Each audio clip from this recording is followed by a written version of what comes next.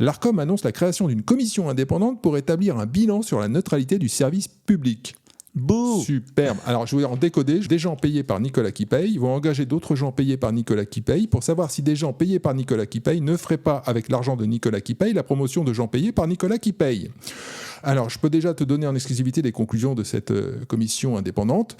C'est la faute à l'extrême droite et Bolloré, c'est un méchant fasciste. Voilà, ça va être la conclusion. Voilà, si on peut économiser 100 000 balles au passage sur cette commission indépendante, ce sera toujours ça de gagner dans les caisses. Tu crois que j'exagère quand je dis ça? Mais non. Car figure-toi que c'est exactement la ligne de défense de la patronne de France Télévisions, Delphine Ernotte, qui s'offre une belle campagne de presse unanime pour tenter un contre-feu face au scandale qui secoue le service public de l'audiovisuel. Delphine Ernotte, pour ne pas aborder la question de fond du manque de neutralité de ces chaînes du service public, contre-attaque dans Le Monde en déplaçant la cible. Je cite, ouvrez les guillemets.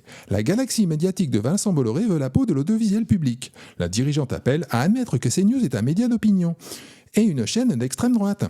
Quel est le putain de rapport, Delphine? La question n'est pas de savoir si une chaîne privée soit de droite ou d'extrême droite, mais bien qu'un groupe d'audiovisuel public, financé par nos impôts, favorise tel ou tel parti politique ou candidat à une élection présidentielle. Il est là le problème. C'est pas Bolloré le problème dans cette histoire. C'est toi. On rappelle la fiche de poste de Delphine Ernotte.